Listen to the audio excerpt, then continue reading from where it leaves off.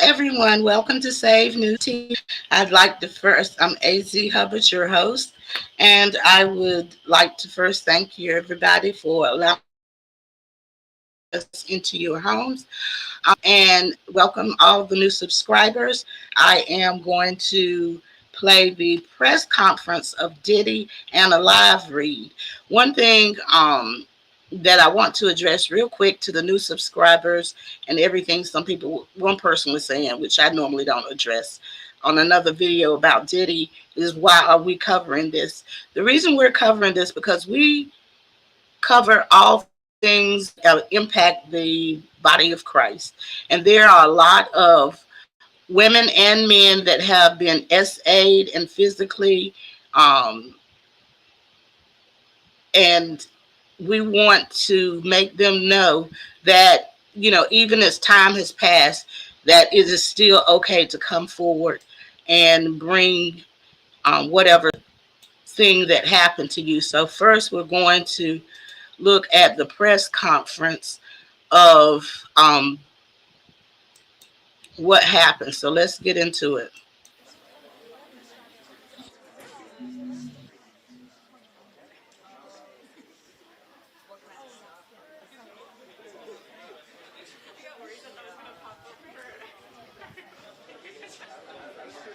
Let's move it along here.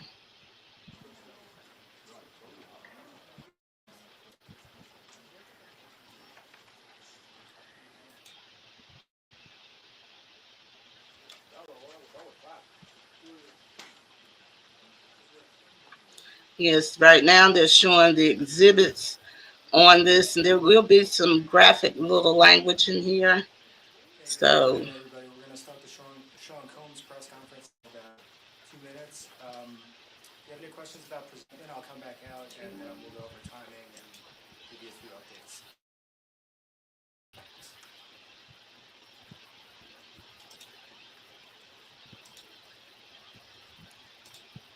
you should be able to see the graphics.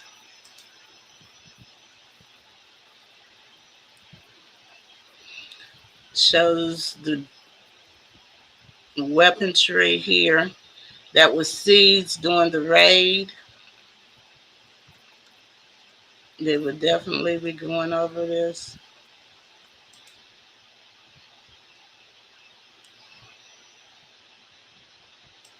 Today I'm announcing the unveiling of a three-count indictment, charging Sean Combs with racketeering, conspiracy, sex trafficking, interstate transportation for prostitution. It alleges that between at least 2008 and the present, Combs abused, threatened, and coerced victims to fulfill his sexual desires, protect his reputation, and conceal his conduct. As alleged in the indictment, to carry out this conduct, Sean Combs led and participated in a racketeering conspiracy that used the business empire he controlled to carry out criminal activity, including sex trafficking, forced labor, kidnapping, arson, bribery, and the obstruction of justice. Let me say a little bit more about the charges. The indictment alleges that Combs abused and exploited women and other people for years, and in a variety of ways. As alleged, Combs used force, threats of force, and coercion to cause victims to engage in extended sexual performances with male commercial sex workers, some of whom he transported or caused to be transported over state lines. Combs allegedly planned and controlled the sex performances, which he called freak-offs, and he often electronically recorded them. The freak-offs sometimes lasted days at a time, involved multiple commercial sex workers, and often involved a variety of narcotics, such as ketamine, ecstasy, and GHB, which Combs distributed to the victims to keep them obedient and compliant.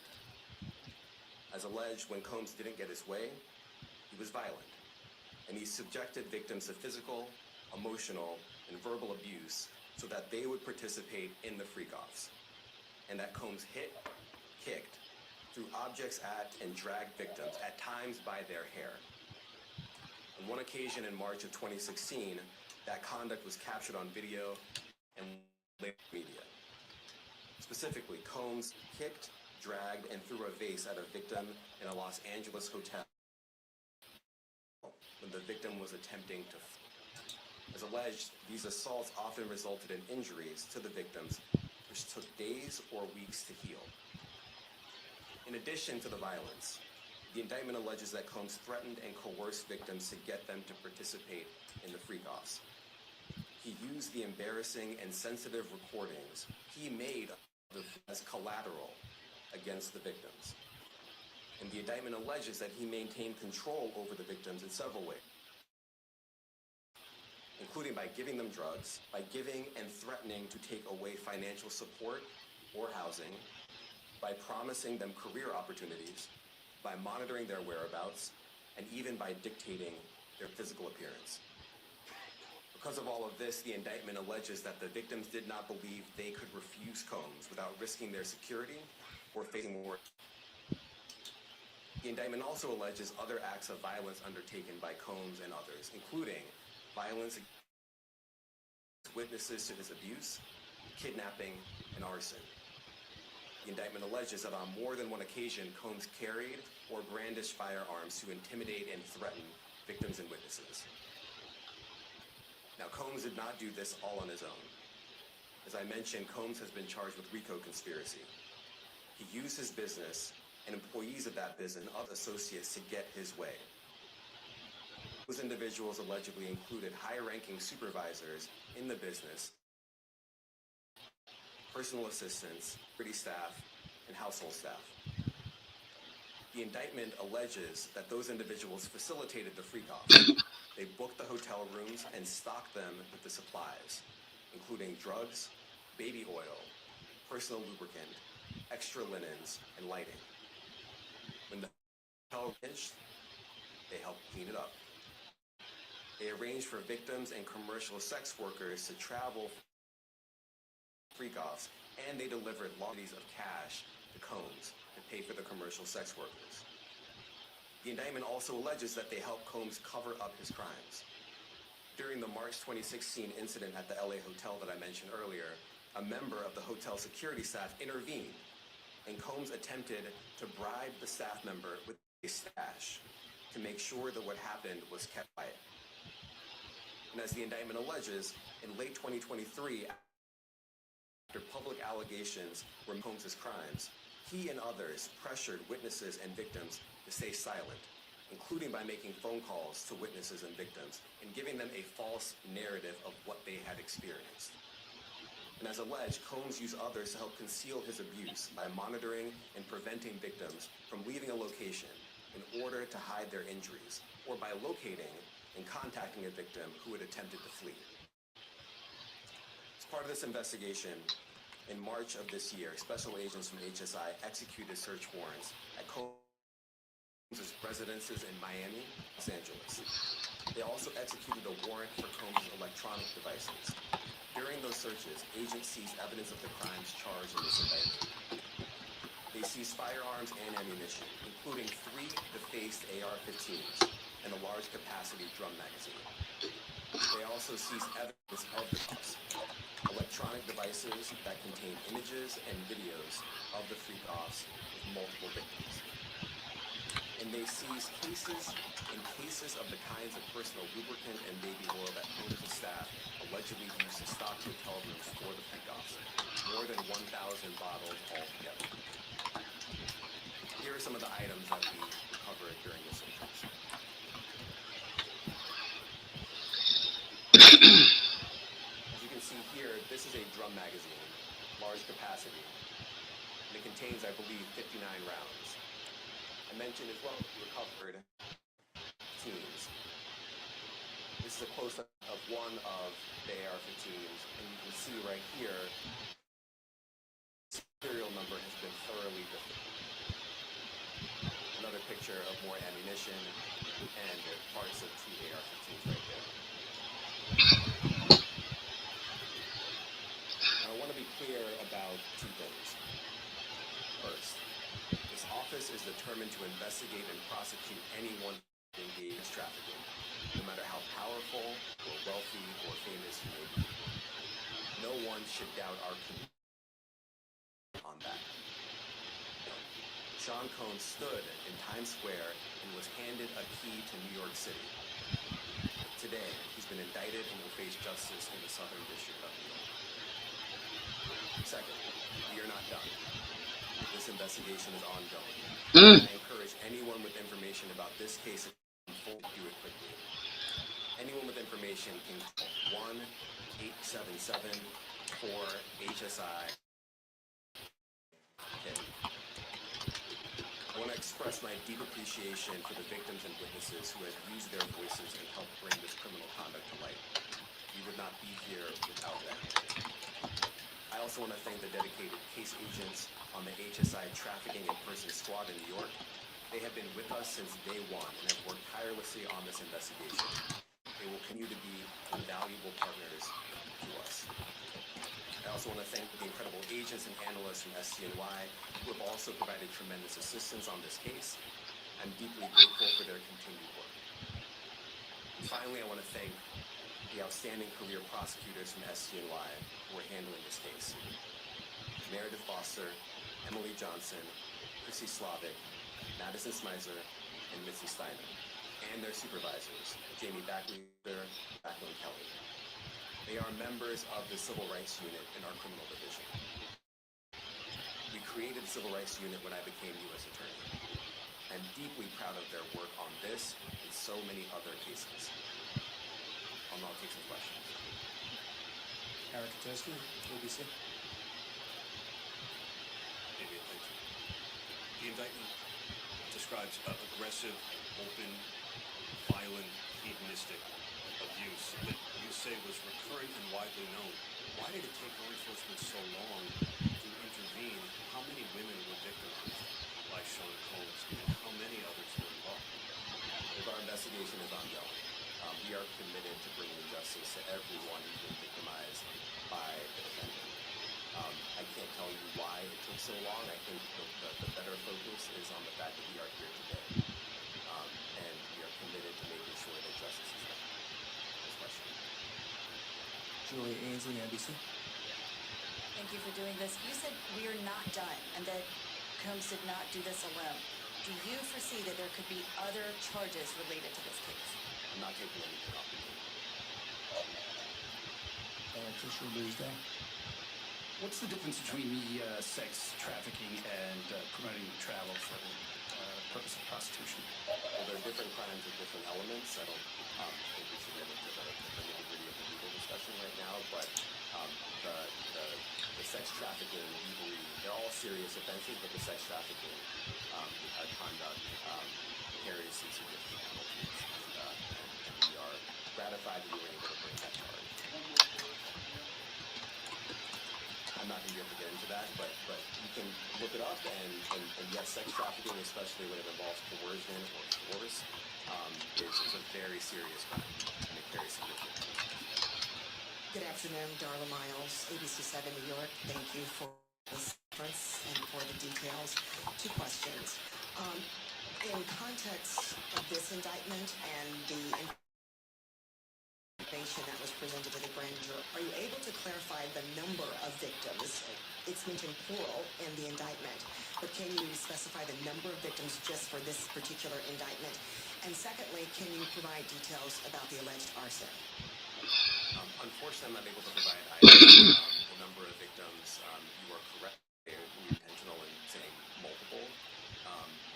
The details of the arson incident are limited to what we have in the indictment and also the detention letter that we filed, which contains more details than the indictment does at various points, but we don't have anything more beyond that. Next question. Lynn Tran, CNN. Are any of his accomplices or associates under investigation? And additionally, could he face any more charges? So the investigation is ongoing. That means both as to him and to anyone else who we believe committed the crime with him. Juliet Papa. Hi, good morning from 1010 Wins. Any indication that some of the women or victims here were in his residences, and did he have locations where he kept them, and were not allowed to leave? And also, he's indicted here, although there were searches and raids in LA, Miami. Why in New York? Well, I'm biased. I'm the U.S. Attorney in the Southern District of New York. I think that we have an outstanding outstanding track record of bringing some of the most impactful, sprawling, complex, difficult sex trafficking, human trafficking, labor trafficking, you name it. The Southern District of New York can do it, and so we're very proud of that. And so the scope and complexity of this investigation isn't something that we ran from, it's something that we embrace, and we will continue to do that. As to your question about whether he imprisoned anyone, all I can say is that, I mentioned this March 2016 incident where something was caught on video, where a victim was attempting to flee violence that was associated with it. That was at a hotel. Matthew, what are your initial requests? Thanks a lot. Does your office intend to seek remand, or are you reaching a bail package? And if you're willing, how would you contrast this with the R. Kelly case in EDNY in terms of the elements? Thanks.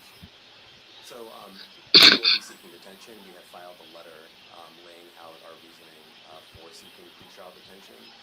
I'm not going to be able to expand beyond what's in the letter, but it contains all of the reasoning, and it contains the law as well. There's a presumption of detention in a case like this, and we think that's warranted. John Anise, New York Daily News. Thank you. I was hoping to get some more detail about the searches of his residence, the guns, the elite cases of lubricant, and the videos. Where were they found amongst the residents? Were they all scattered around the houses in one place? I kind of wanted to just get a better picture of how that stuff was found.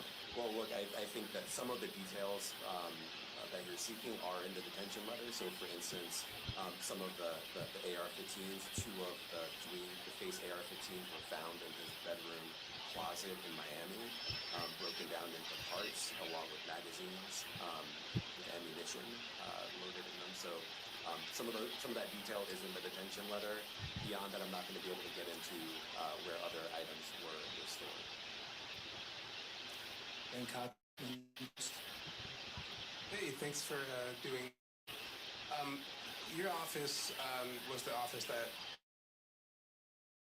had been prosecuting Jane before he died in custody. I have not read your detention memo yet. That's the first thing I'm going to do after this ends. But does the memo address, or is your office concerned with Combs' safety in custody, given happened with Epstein? We are concerned with anyone safety whenever they are prior to trial. It's part of our obligations to keep people safe as well. It's part of the criminal justice system. So, but I do not draw any sort of connection between Jeffrey Epstein's suicide and what may or may not happen to any other defendant while they are detained in trial. And of course, the decision whether to the defendant will be up to a judge. Our position, pretrial detention, is warranted under the law and based on the facts of this case. And I'll leave it at that. The prosecutors on this case, some of the same prosecutors that had been handling that, or that worked on the Maxwell case? So, I'm not going to get into the staffing. I will say that this team, this group of AUSAs, this incredible group has been working on this case around the clock, and they've had their hands full. Gus Rosendale, NBC News. Combs' attorney said that his client has been cooperative with investigators. He said that this morning. I was wondering if you would have a reaction to that. Let me just say this. I think generally, and with increasing frequency, the word cooperative or cooperating has taken on tremendous elasticity and no longer really bears any relation to what the word means when we use it in a very specific context. So, responding to lawful process and the like does not qualify as cooperation. AP. Thanks.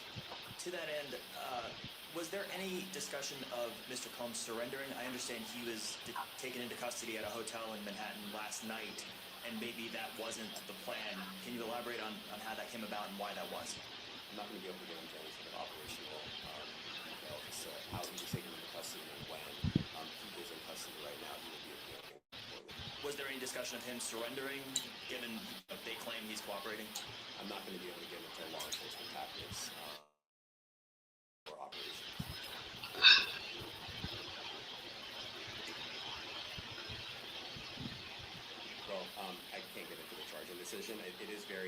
harmful to us that weapons were possessed, as we allege in the indictment. Part of the reason why this conduct was so pervasive and harmful was because victims and others didn't necessarily feel comfortable denying in as we allege, because of the presence of firearms. I'll shift you there. Thanks. Last question, Jameson. Jacob Shamsian, Business Insider. Thank you. Given that he's the sole defendant in this case and that you allege he's part of a conspiracy that involves members of his companies, do you anticipate a superseding indictment that will bring allegations against other members of his companies or other co-conspirators as well? Again, I can't take anything off the table. Anything is possible. Our investigation is very active and ongoing. And I think a lot of you have covered this up, that when you say such things, that is certainly foreseeable, but I cannot take it.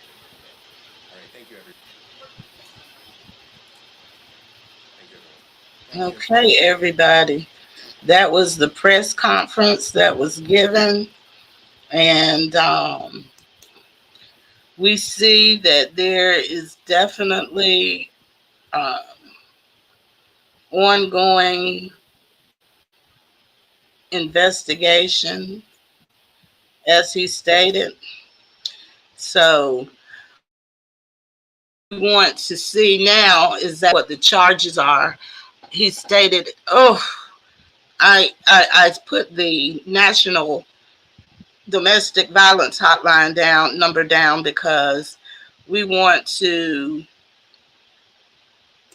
make sure that everybody is able to get in contact and get help." Excuse me.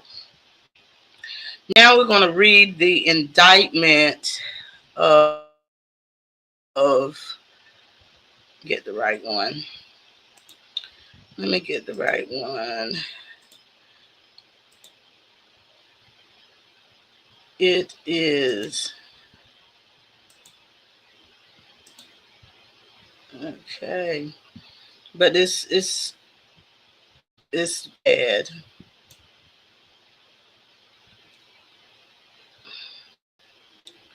And again, I thank everybody for joining in. So we want to read this indictment that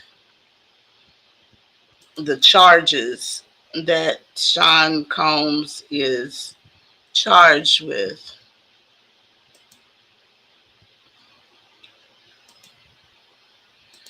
Okay, this is the United States of America, United States District Court of New York, United States of America versus Diddy.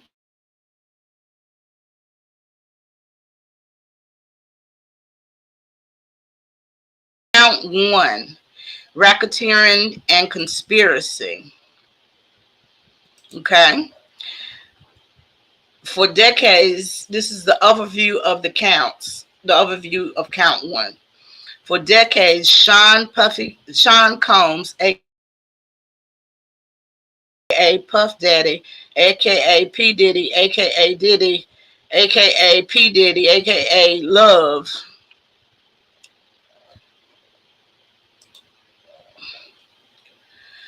the defendant abused, threatened, and coerced women and others around him to fulfill his ex desires, protest his reputation, protect his reputation, and concealed his conduct. Do so, Combs relied on the employees, resources, and influence of multifaceted business empire that he led and controlled, creating a criminal enterprise whose members and associates attempted to engage in, among other crimes, forced labor, kidnapping, arson, bribery, and obstruction of justice. Combs The defendant operated his business headquartered at various times in Manhattan and Los Angeles under the variety of United States based corporation entities, including Bad Boys Entertainment, Combs Enterprises, and Combs Global, collectively Combs Business. Corporate entities in the Combs business included, among other things, record labels, a recording studio, an apparel line, an alcoholic spirit business, a marketing agent, and a television network and media company. At times of this indictment, Combs, the defendant, engaged in the persistent and pervasive pattern of abuse towards women and other individuals. This abuse was at times verbal, emotional, physical, and sexual. Excuse me. As part of the pattern of abuse, Combs manipulated women to participate in highly orchestrated performances of sexual activity with male commercial sex workers. At times, Combs and others acting at his discretion made arrangements for women and commercial S workers to fly to home location. Combs ensured participation from women, among other things, obtaining and distributing narcotics to them, controlling their careers, leveraging their financial support, and threatening to cut off the same using intimidation and violence. Physical abuse by Combs, the defendant, was recurrent and widely known. On numerous occasions from at least in or about 2009 and continuing for years, Combs assaulted women by, among other things, by punching, dragging, throwing objects at, and kicking them. These assaults were at times witnessed by others and included one instance at a Los Angeles hotel in or about March 2016, which was captured on video and later publicly reported, where Combs kicked, dragged, and threw a vase at a woman as she was attempting to leave. When the member of the hotel security staff intervened, Combs attempted to bribe the staff member to ensure silence. Combs' violence was also not limited to these women. It extended to his employees, witnesses to his abuse, and others. Combs, the defendant, used the Combs business, including certain employees, to carry out, facilitate, and cover up his abuse and commercial S. Those employees, including security staff, household staff, personal assistants, and high ranking supervisors, and other close associates, acted as Combs intermediaries, and their conduct was facilitated and assisted by Combs' control of Combs' business. Now they're going to go into Combs Enterprises. Let's see what. Okay. Yes, it is heartbreaking. Yes, and that's why we put in the national hotline. If anybody is going through this, they need to definitely contact someone. So let's continue reading this. What comprises of Combs Enterprises? From at least in or about 2008 through on or about the date of the filing of this indictment, Sean Combs, the defendant, and others known and unknown were members and associates of the criminal organization, the Combs Enterprise or the Enterprise.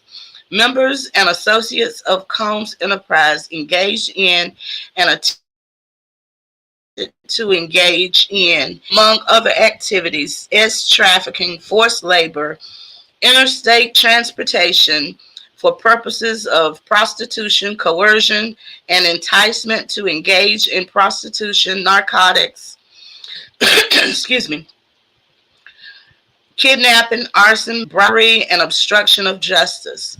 The Combs enterprise includes its leadership, its members, and its associates. Constituted an enterprise as defined by Title 18 U.S. Code Statute 119 Statute Section 1961 parentheses 4. That is a group of individuals associated in fact, although not a legal entity. The Combs enterprise consisted of John Combs, the defendant. Entities within Combs business included but not limited to the Bad Boy Entertainment, Combs Enterprises, and Combs Global. Individuals employed by and associated with the Combs business and others known and unknown. The Combs Enterprise consisted constituted an ongoing organization whose members functioned as continuing unit as for the common purpose of achieving the objective of the Combs Enterprise. The Combs Enterprise was engaged in and its activities affected interstate and foreign commerce.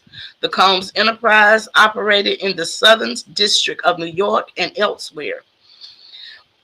At all times relevant to this indictment, Combs, the defendant, was the leader of Combs Enterprise. Combs, the defendant, and others known and unknown participated in unlawful and activities related to the conduct of Combs Enterprises. These individuals included certain Combs business employees, such as members of Combs security staff, household staff, personal assistants, and high ranking supervisors, as well as other close associates. Now, this right here is what I'm wondering, who are the close associates also that's going to be named?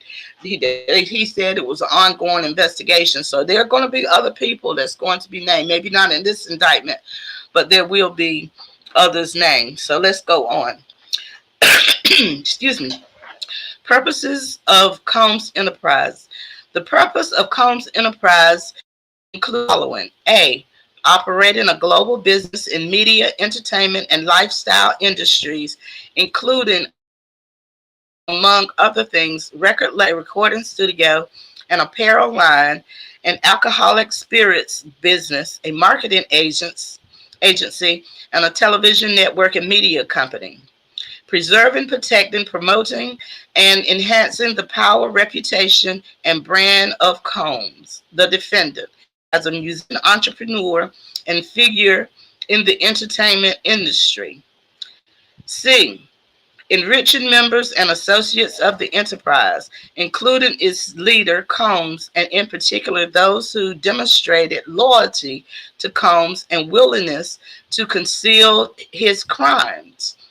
D. Preserving, protecting, promoting, and enhancing the power of the Combs enterprise, including the leader power of its leader, Combs through violence, use of firearms, threats of violence, coercion, and verbal, emotional, physical, and sexual abuse. E. Fulfilling the personal desires of Combs, particularly those related to Combs' sexual gratification through the exploitation of women and the use of commercial S workers. F.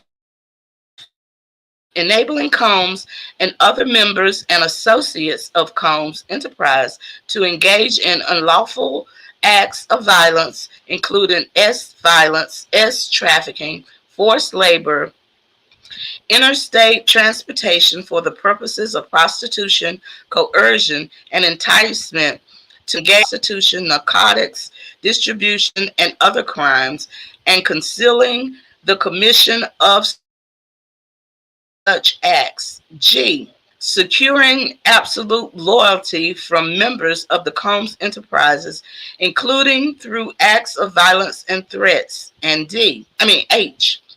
Protecting the Combs enterprise and its members and associates, including Combs, from detecting and prosecution law enforcement authorities through the acts of intimidation, manipulation, bribery, and threats of retaliation against individuals who witnessed the crimes committed by the members and associates of the enterprise. Means and method of the enterprise. Among the means and methods by which Holmes, the defendant, and other members and associates of the Combs enterprise conducted and participated in the conduct of the affairs of Combs enterprises and including the following. A. Combs and other members and associates of the Combs enterprises wield the power and the privilege of Combs' role at the Combs business and to intimidate, threaten, and to lure female victims into Combs' orbit, often under the pretense of a romantic relationship. Combs use force, threats of force, and coercion to cause victims to engage in extended with male commercial workers that Combs referred to as, among other things, quote unquote, freak offs. Freak offs were elaborate and produced performances that Combs arranged, directed, masturbated during, and often electronically recorded. Woo. This is a lot, y'all. This is a lot. Okay. Now give me a second. Yes. Yes, it is heartbreaking.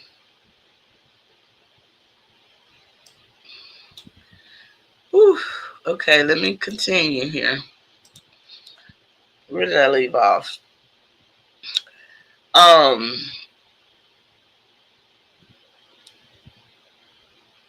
in arranging the freak-offs, Combs, with the assistance of members and associates of the Combs enterprises, transported and caused to be transported commercial workers across state lines and nationally.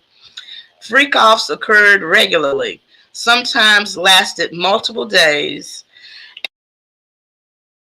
often involved multiple commercial workers. During freak-offs, Combs distributed a variety of controlled substances to victims, in part to keep the victims obedient and compliant.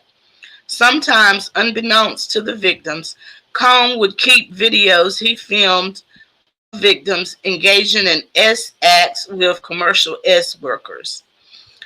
After freak-offs, Combs and the victim typically receive IV fluids to recover from physical exertion and drug use. So there had to be some medical staff, some doctor or something involved with this whole scheme, because where is he getting IV fluids at? Members and associates of Comb Enterprises, including high-ranking supervisors, security staff, house staff, personnel assistant, and other Combs business employees, facilitated the freak-offs by, among other things, booking hotel rooms for the freak-offs, stocking the hotel rooms in advance with the required freak-off supplies, including controlled substances, baby oil, lubricant, extra linens, lighting, cleaning the hotel rooms after the freak-offs to try to mitigate room damage, arranging for travel for victims, commercial workers, and Combs to and from freak-offs, resupplying Combs with requested supplies, delivering large sums of cash to Combs to pay off commercial workers, and scheduling the delivery of IV fluids. In or March 2024, during search of Combs' residents in Miami, Florida, and Los Angeles, California, law enforcement seized various freak-off supplies, including narcotics, and more than 1,000 bottles of baby oil and lubricants. Oh, wow. Did you all see this?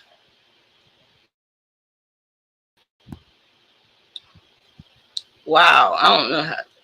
Wow. Wow. See, Combs subjected victims to physical, emotional, and verbal abuse to cause the victims to engage in freak offs.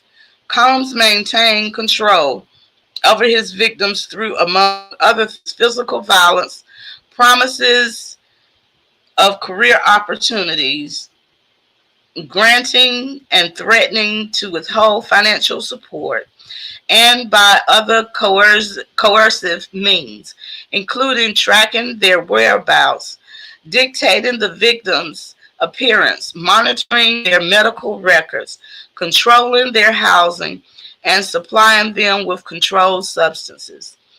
Doing and separate from the freak off, Combs, among other things, hit, kicked, threw objects at, and dragged victims at times by their hair. The assaults often resulted in injuries that took days or weeks to heal. Y'all, I know this is a lot. Combs also threatened victims' careers and livelihoods, including if they resisted participating in the freak offs. Victims believed they could not refuse Combs' demand without risking their financial or job security or without repercussions if the form of physical or emotional abuse. Combs also used the sensitive, embarrassing, and incriminating recordings that he made during freak-offs as to ensure the control, obedience, and silence of his victims. D. Members and associates of Combs Enterprises, including Combs Security, at times carried firearms. On more than one occasion, Combs himself carried and brandished firearms to intimidate and threaten others, including victims and witnesses to his abuse. In or about March 2024, during the searches of Combs' residence in Miami, Florida, and Los Angeles, California, law enforcement seized firearms and ammunition, including three AR-15s with face serial numbers, as well as drum magazines. Now, if you all go back to the press conference part of this, I showed you what the exhibit that they showed of the firearms. E.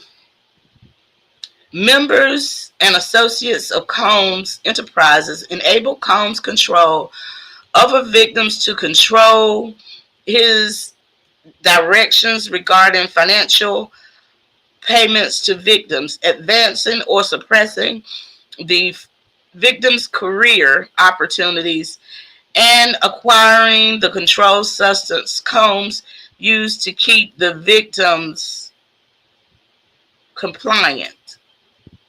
Oh, wow.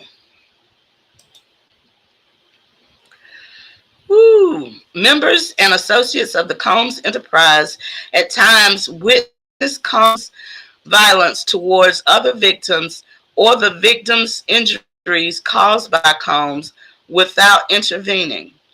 Instead, members and associates of Combs help conceal the violence and abuse by, among other things, assisting Combs in monitoring and preventing victims from leaving locations such as hotels or Combs' residence. These occasions included instances in which a victim was required to remain hiding, sometimes for several days at a time, to recover from injuries Combs inflicted, without being publicly observed. Members and associates of Combs Enterprises also assisted Combs in locating and contacting victims who attempted to flee his abuse. Mm. F. When employees witness to his abuse or others threaten Combs' authority or reputation, Combs and members and associates of the enterprise engaged in acts of violence, threats of financial and reputational harm, and verbal abuse. These acts of violence included kidnapping and arson. In addition, on more occasions, Combs threw both objects and people, as well as hit, drag, choke, and shove of others. When Combs' authority or reputation was threatened by the possibility of negative publicity or legal or law enforcement action against Combs, including in or about late 2023, following public allegations of Combs' crimes, Combs and members and associates of the enterprise pressured witnesses and victims, including through attempted bribery, to stay silent and not to report that what they had experienced to law enforcement. On phone calls, Combs and other members and associates of the enterprise, among other things, provided these victims and witnesses with false narratives of events in an effort to conceal crimes caused by these calls to be recorded on at least two occasions. Next, racketeering conspiracy. Number 13. From at least in or about 2008 through on and about the date of the filing of this indictment in the Southern District of New York and elsewhere. Now that's interesting. And elsewhere, of this indictment, is he going to get indicted somewhere else? This is a question. We have to be, as we read these indictments, they're giving us clues to other things. They said it's still an ongoing investigation. Okay. So we got to keep a close eye out on, if there is something going on other than this. Okay. So 13, for at least, okay, of this indictment and elsewhere, Combs, the defendant, and others known and unknown. And one thing we also have to see where they put unknown, that leaves this indictment open up because the investigation is still going on. And if there are other people that need to be attached to this, that is what the reason for them using unknown. Being persons employed by and associated with the Combs Enterprises described in paragraphs 6 through 12 of this indictment.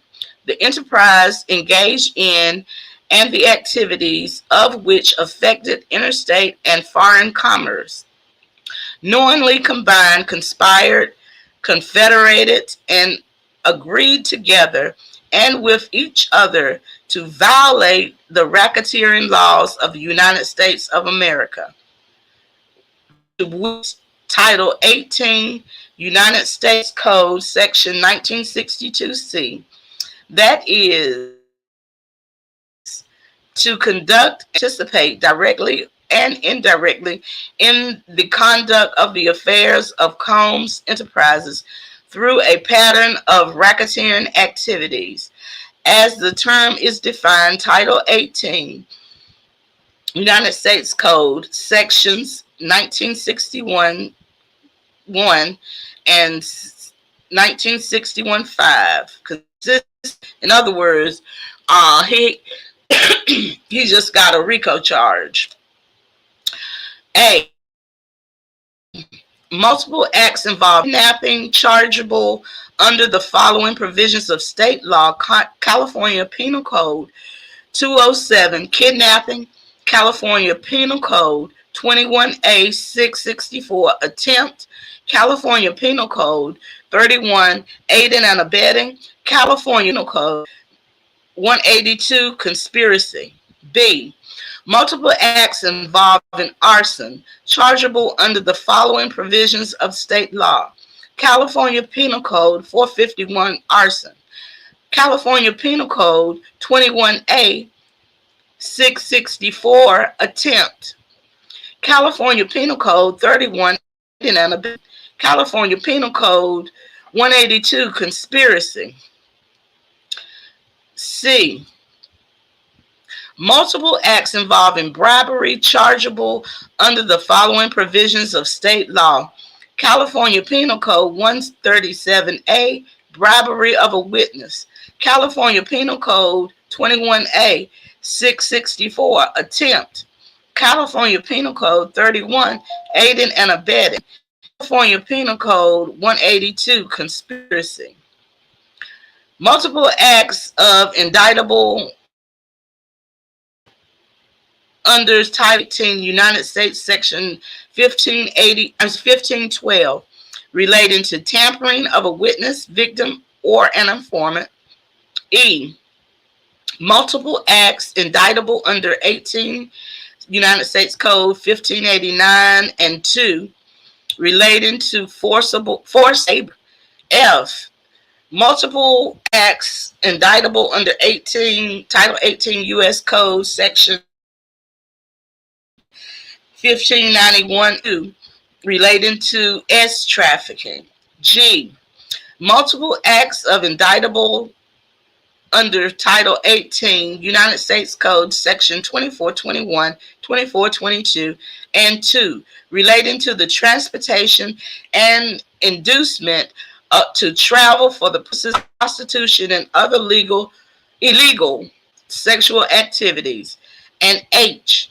Multiple offenses involving possession with the intent to distribute or distribution of narcotics and controlled substances, including cocaine, oxycodone, alphazine, 3,4 methamphetamine, bromo, 4-bromo, gamma hydroxybutyrate acid, and ketamine in violation of Title 21 United States Code Section 841 A1 B1 C, B1E B2, and 846 distribution and possession with intent to distribute, and conspiracy to do the same under and Title 18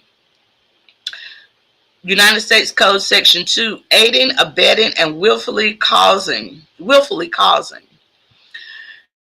It was a part of the conspiracy that Combs, the defendant, agreed that the conspiracy would conflict at least two acts of the racketeering activity in the conduct of the affairs of Combs Enterprises. Baby, they got a lot of stuff. Yes, just they say you're innocent until proven, but the feds got a 97, 98% conviction rate. So anyway, let's get it finish up count one, and then we got count 2 and 3. Okay. Notice of special sentencing factor 15, from at least in or about 2009 up to and including in or about 2018 in the Southern District of New York and elsewhere, as part of his agreement to conduct and participate in the conduct of the affairs of Combs Enterprises through the pattern of racketeering activity.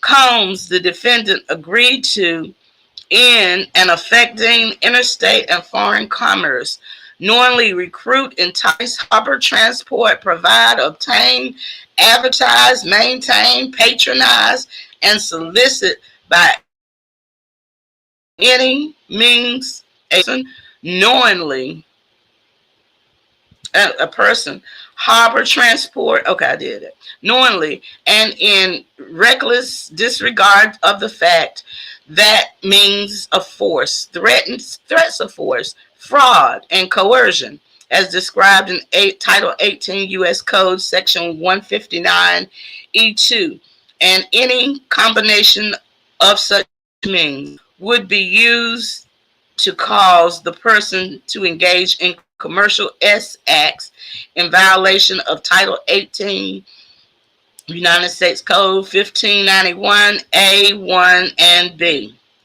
Count 2, S trafficking by force, fraud, or coercion. Victim 1. Okay, okay. The grand jury further charges from at least in or about 2009 up to including in or about 2018 in the Southern District of New York and elsewhere. Combs, the defendant, in and effectively interstate and foreign commerce, knowingly recruited, enticed, harbored, transported, provided, obtained, advertised, maintained, patronized, and solicited by any means a person knowing and in reckless disregard to the fact that the means of force, threats of force, fraud, and coercion, and described in Title 18 United States Code, Section 159E2, and any combination of such means would be used to cause a person to engage in commercial act and attempt, aid, and abet, and willfully cause the same to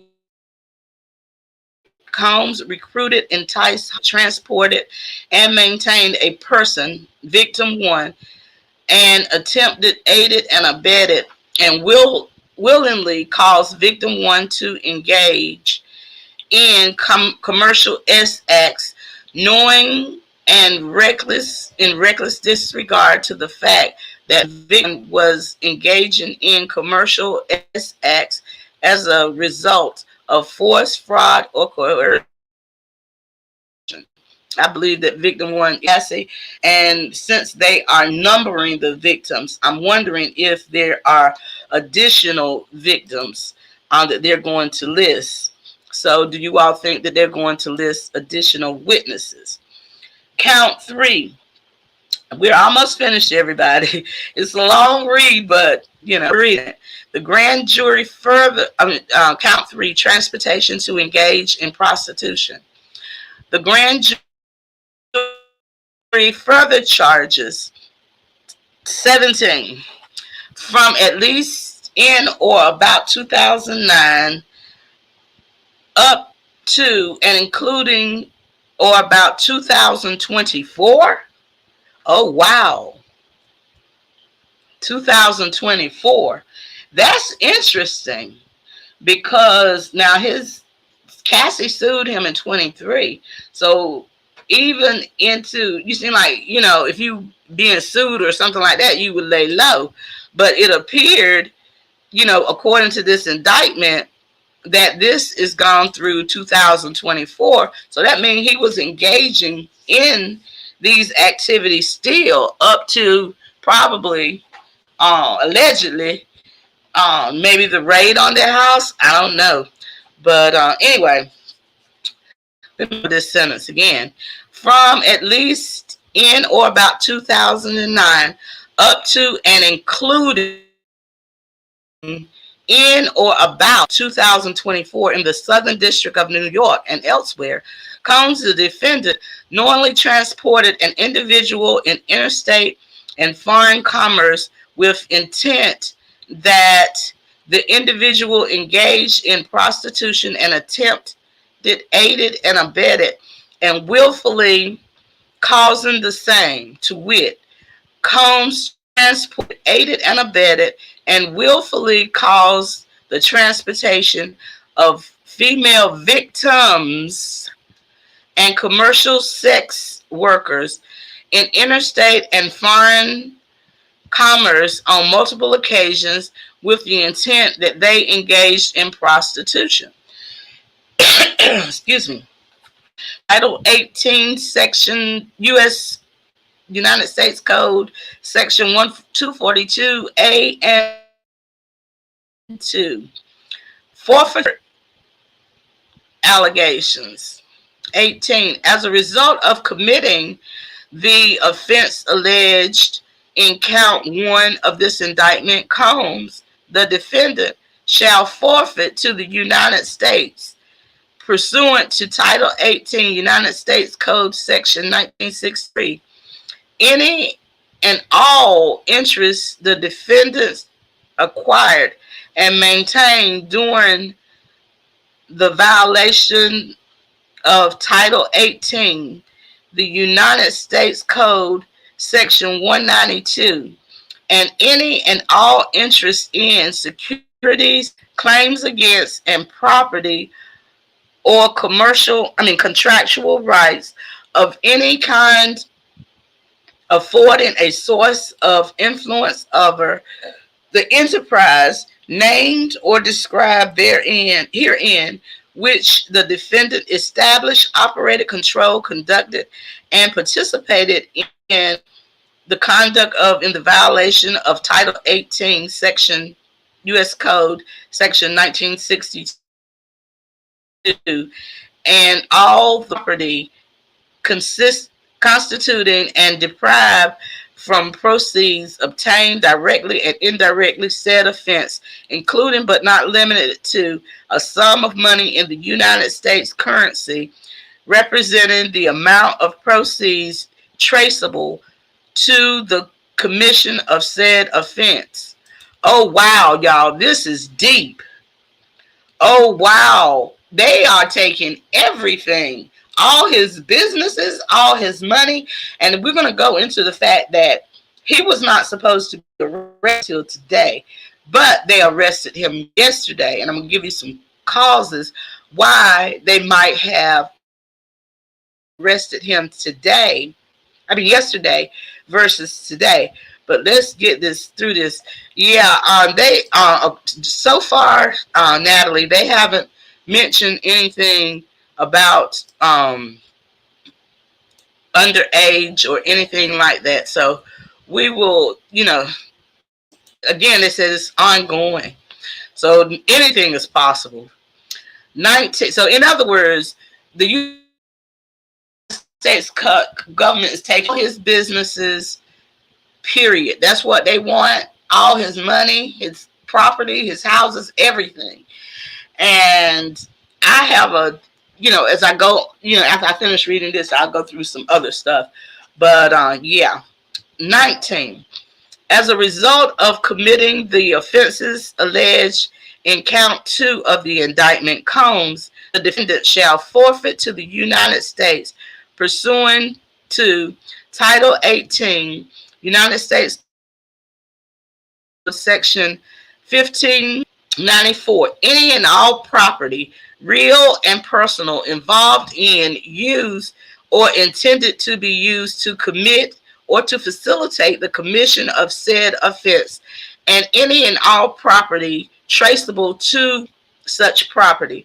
Any and all property, real or personal, constituting or derived proceeds obtained directly or indirectly as a result of said offense, including but not limited to sum of money in the United States currency representing the amount of property involved in said offense and proceeds traceable to the commission of said offense.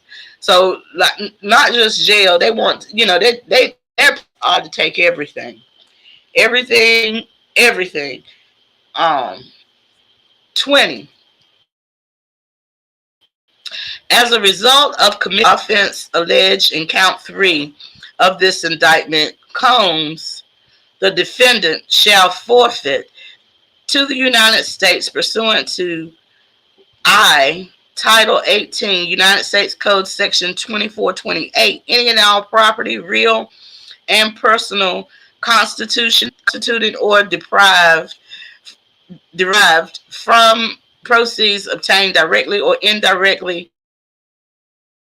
as a result of the offense, and any and all property, real or personal, that was used or intended to be used to commit or facilitate the commission of said offense, and Title 18 United States Code 98A1C and 28 United States Code Section 2461. Any and all property, real and personal,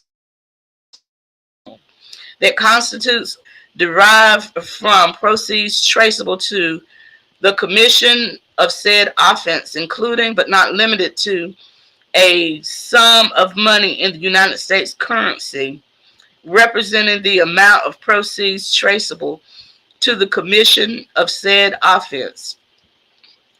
Substitute assets provision. If any of the above described forfeitable property as a result of any act or omission of the defendant A cannot be located upon the exercise of due diligence. B has been transferred or sold or deposited with a third person. C has been placed beyond the jurisdiction of court. D has been substantially diminished in value, or C has been commingled with other property which cannot be subdivided without difficulty. It is the intent of the United States pursuant to Title 18 United States Code Section 163, 1963 M, Title 21 United States Code 853P, and Title 28 United States Code 2461C to seek forfeiture of any other property of the defendant up to the value of the above forfeitable property. And they list the titles, and that is the reading of that. So, they are definitely coming after him. Yeah, I'm gonna go over. Yes, Natalie. One attorney. Let me pull this up. Did a breakdown on some of the possible reasons why Diddy was arrested a day early. Let me pull this up right quick so I can read this to you all, because this is interesting. I was like, wow, okay. So, let me get my phone here. Um,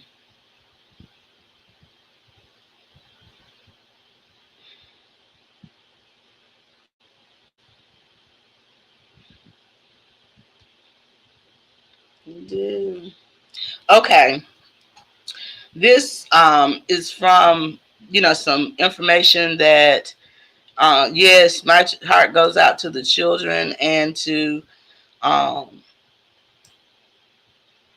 those that's impacted. Now, these are some of the legal reasons why that, according to my source here, that they could have arrested Diddy the day earlier. Number one, it could be new evidence. The emergence of new compelling evidence could have necessitated an immediate action to prevent tampering, destruction of evidence, or to secure additional information before it could be lost or altered.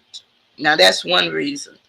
Another reason is witness testimony. Let me see if I can pull this up on the screen for you as I log in. Um, Witness testimony. If a key witness, let me see. If a key witness came forward with critical information, or if there was a risk of a witness changing their mind, changing their testimony, or becoming unavailable. This could prompt an early arrest to lock in the process.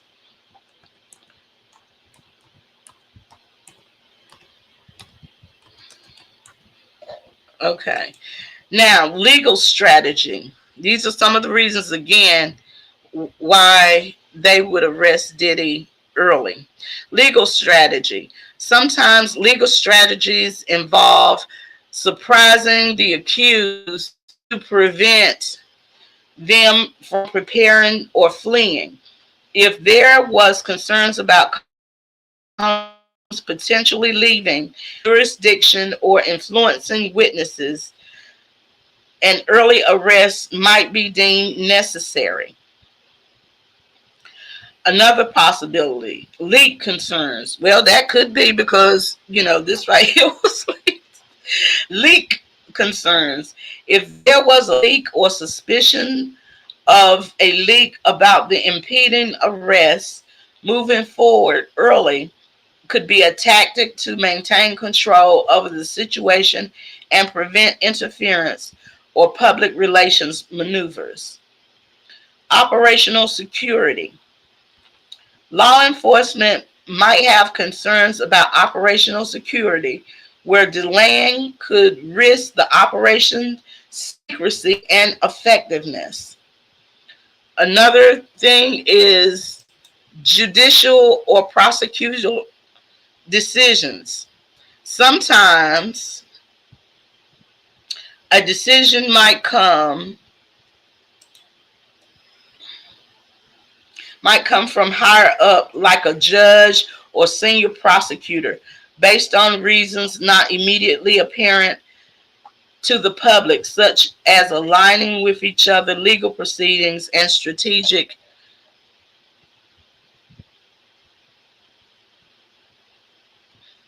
align. Where is my with strategic timing. Also, the last one is public safety.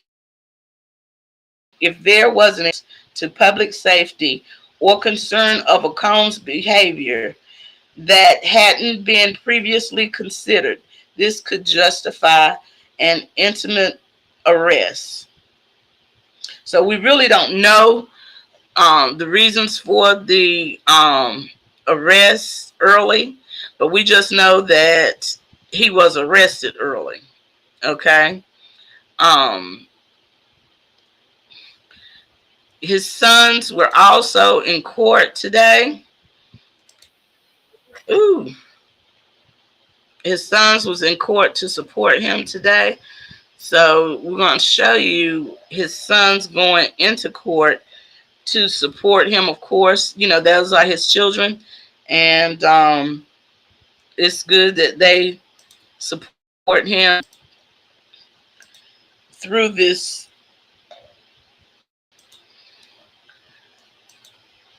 time.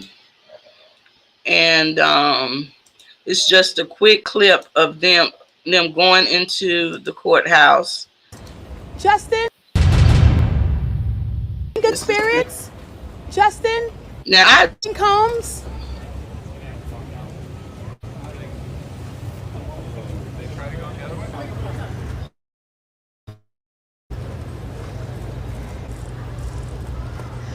King, how you doing this morning?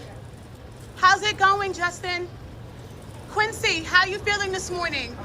How are the twins?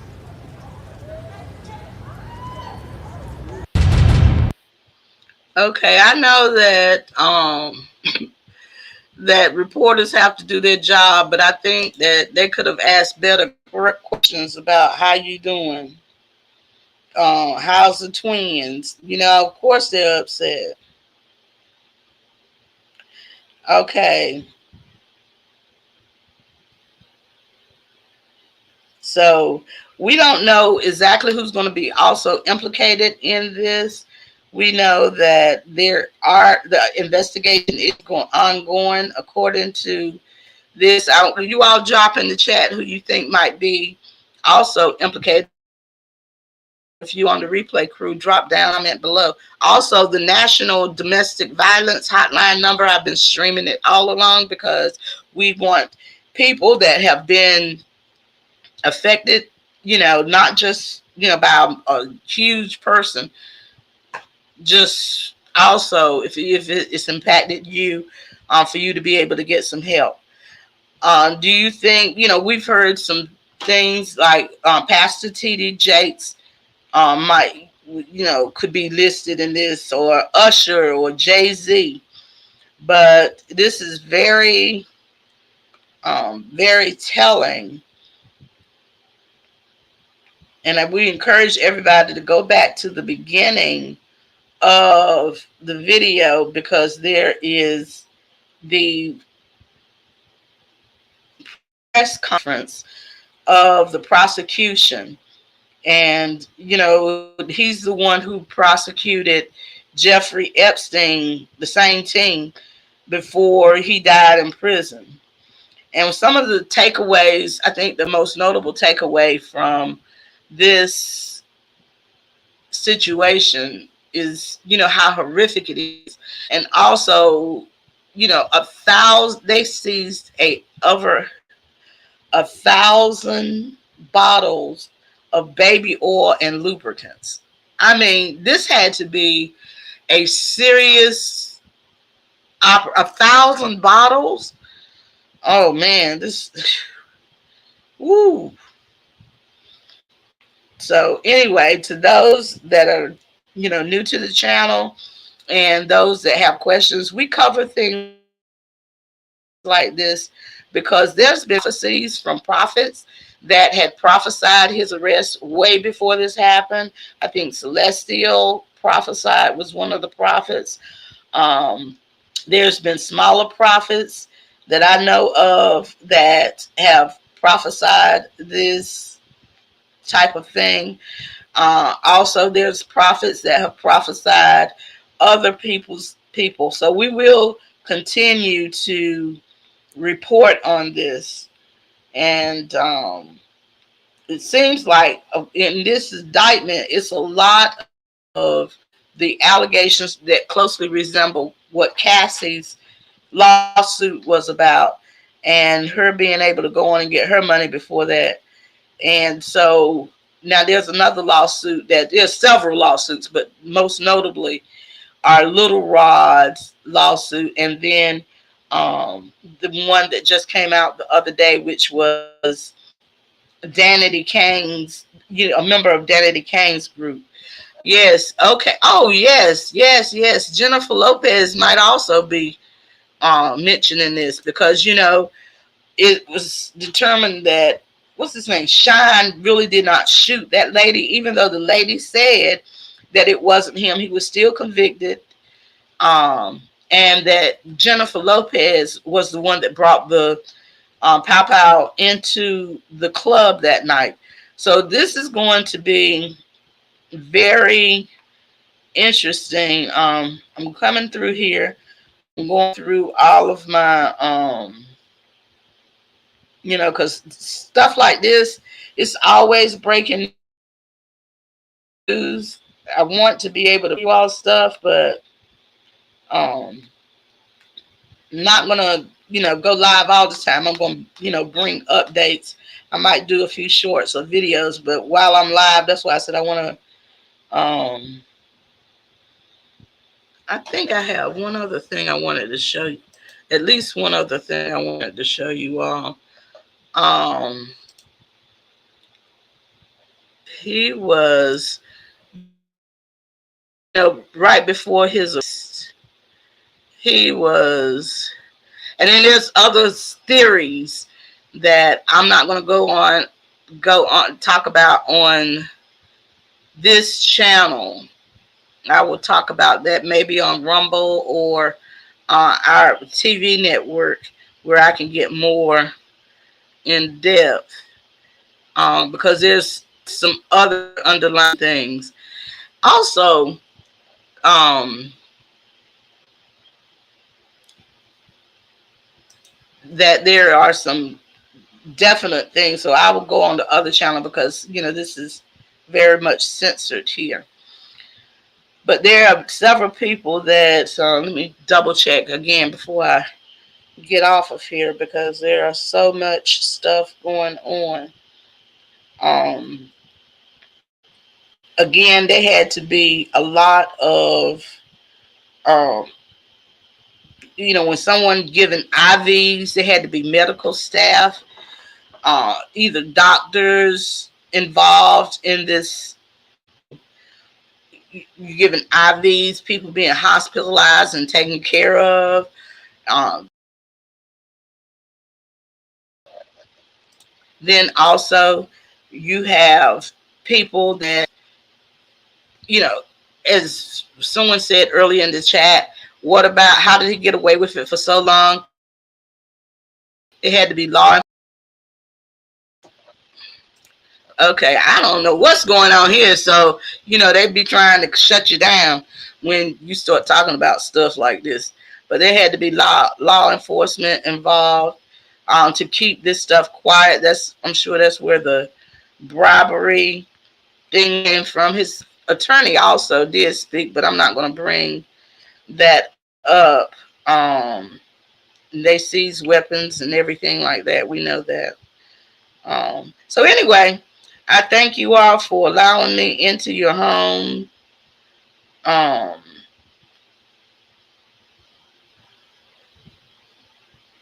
yeah, indictment authority seized my car. Okay, yeah, this is all stuff we've already reported on, but I will be bringing back some more information. I will keep you all posted. Um, okay, so wait a minute. Diddy's defense lawyers asked for his release on a 50 million bail package. Okay, let's see. Um, the defense proposes a bail package, that's co-signed by Sean Combs, his mother, his sister, and the mother of his oldest daughter, and his three adult children. They secured by Combs' residence at 2 West Star Island in Miami, Florida. A. The appraised value of the home is 48 million, and B, home is unencumbered in anticipation of this bail hearing. On August 20th, 2024, Mr. Combs paid off the remaining mortgage of about $18 million so that the home could be used as some bond and to be free, mortgage free. I'm telling you, this writing is little, y'all. I don't always put on my glasses, but sometimes you got to do what you got to do to see. My reading glasses. Okay. All right. This is my other phone. Okay. Stuff coming in. Security by the equity of Sean Combs' mother's house in at 450 Alton Road in Miami, Florida. Mr. Combs' travel will be restricted to the Southern District of Florida and the Southern District of New York to attend court, met with his counsel to attend, so that they're proposing bail. Now, that Bali does not, um, Bali extradite people, and Russell Simmons is there. I believe that Diddy went to visit Simmons along with other people. Yeah, absolutely. Yeah, this is a Rumble conversation. I post my videos and I like to go live, and sometimes I don't really promote Rumble, but I got to start promoting it because and I don't even know, there's hardly any subscribers over there. They have a thing of going live. I don't keep up with it, but I will, if I do an update video, I'll try to post it here. I will post it here. They take it down. They take it down, and then I will also post it on Rumble.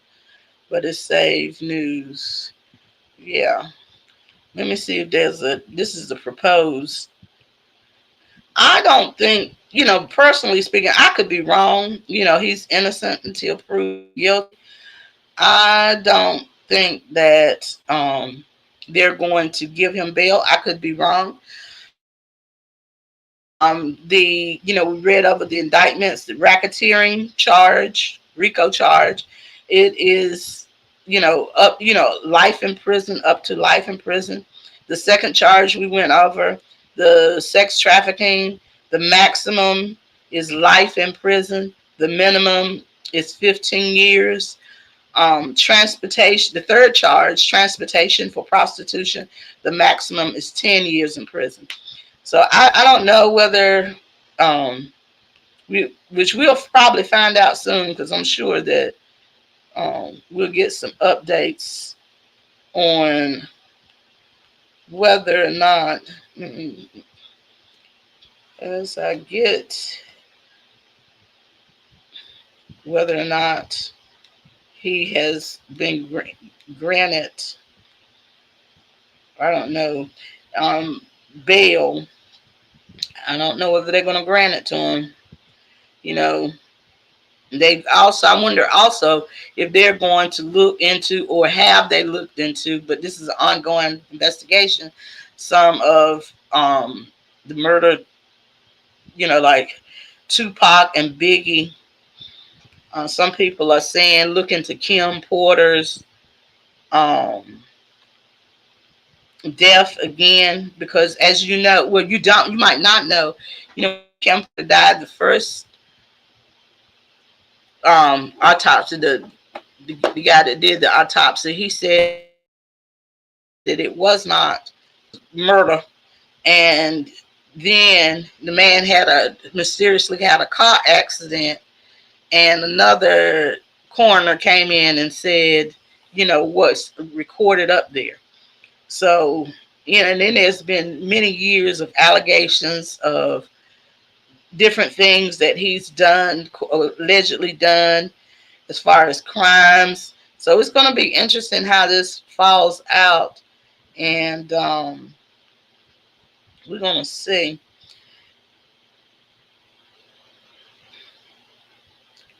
But they have not,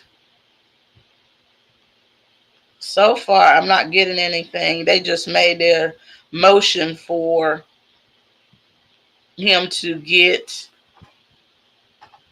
bail, but the judge evidently has not ruled on that. He's still in jail.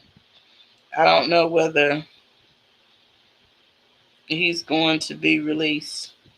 But anyway, everybody, ooh, okay, I already did that. I already read that.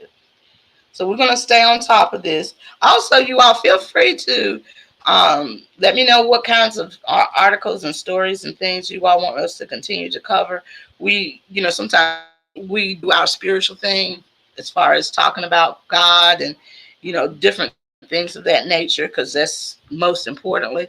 But we also cover news. Our thing is to anything that impacts the body of Christ, we talk about it. And there are so many people, unfortunately, that have been victims of women and men, because there are men also that's been victims um, in the body of sexual abuse, assault, physical abuse, and assault. And we just, people don't want to talk about it, but we talk about it over here. And the hotline number, if you've been a victim of it, and if you are the perpetrator and you need some help, then go call the number too. Tell them you need help. But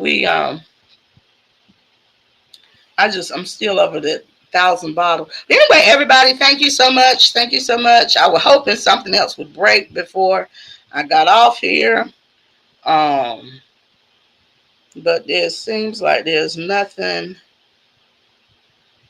breaking. I don't know whether or not they're going to indict him later. Let's see. checking my inbox of people that's sending me stuff, and you all also can send me tips and everything. Our email is SaveNews1 at gmail.com. You can send it there. Any tips on any stories or anything that you all want to let me know of and want us to cover. But this is the headline and story. Okay, let me see. Now you also know that there was a forfeit. There was forfeiture, and this might be the reason. One of the reasons why they went on and